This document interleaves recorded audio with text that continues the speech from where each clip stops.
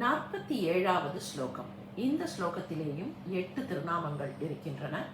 நிஷ்சிந்தா, நிரஹங்காரா, நிர்மோகா, மோகநாசினி, நிர்மமா, மமதா ஹந்திரி, நிஷ்பாபா, பாபநாசினி. நிஷ்சிந்தா, சிந்தை அப்படின்னா கவலை.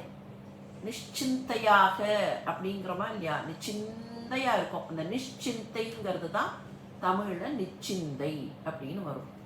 கவலை எதுவும் இல்லாதவள் நிஷ்சிந்தா. நிர் அகங்காரா, அவளுக்கு அகங்காரம் கிடையாது. எனவே அகங்காரத்திற்கு அப்பாற்பட்டவள் நிர் அகங்காரா. நிர்மோகா, மோகம்னா மயக்கம். ஏதோ ஒரு பொருள் மேல மயக்கம் ஏற்பட்டு அதுக்குள்ளேயே மோகத்தில் கிடப்பது. நிர்மோகா, அவளுக்கு மயக்கமோ மோகமோ கிடையாது. மோகநாசினி, தன்னுடைய பக்தர்களுக்கு இருக்கிற மோகத்தை கூட போக்கடிக்க கூடியவள் மோகநாசினி. நிர்மமா, மமதை, அகங்காரம்னு ஒன்று உண்டு, அதுக்கு பக்கத்திலேயே அதோட தொடர்பு இருக்கக்கூடியது மமகாரம்.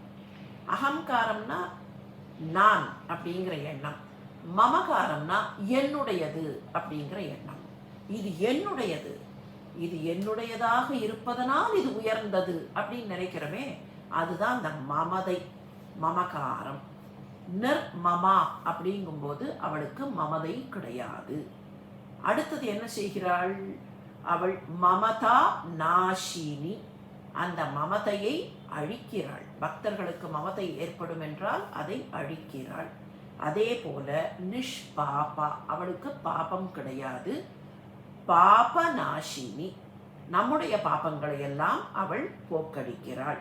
நிஷ்சிந்தா, நிரஹங்காரா, நிர்மோகா, மோகநாசினி, நிர்மமா, மமதாநாசினி, நிஷ்பாபா, பாபநாசினி. இந்த மமதா நாசினி தான் மமதா ஹந்திரி.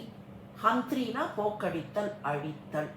ஆக இந்த 8 திருநாமங்களையும் மறுபடி சொல்லி பார்த்தால், நிஷ்சிந்தா, நிர் அகங்காரா, நிர்மோகா, மோகநாசினி, நிர்மமா, மமதா ஹந்திரி, பாபங்களை போக்கடிக்கக்கூடிய தன்மையில நிஷ்பாபா, பாப நாசினி.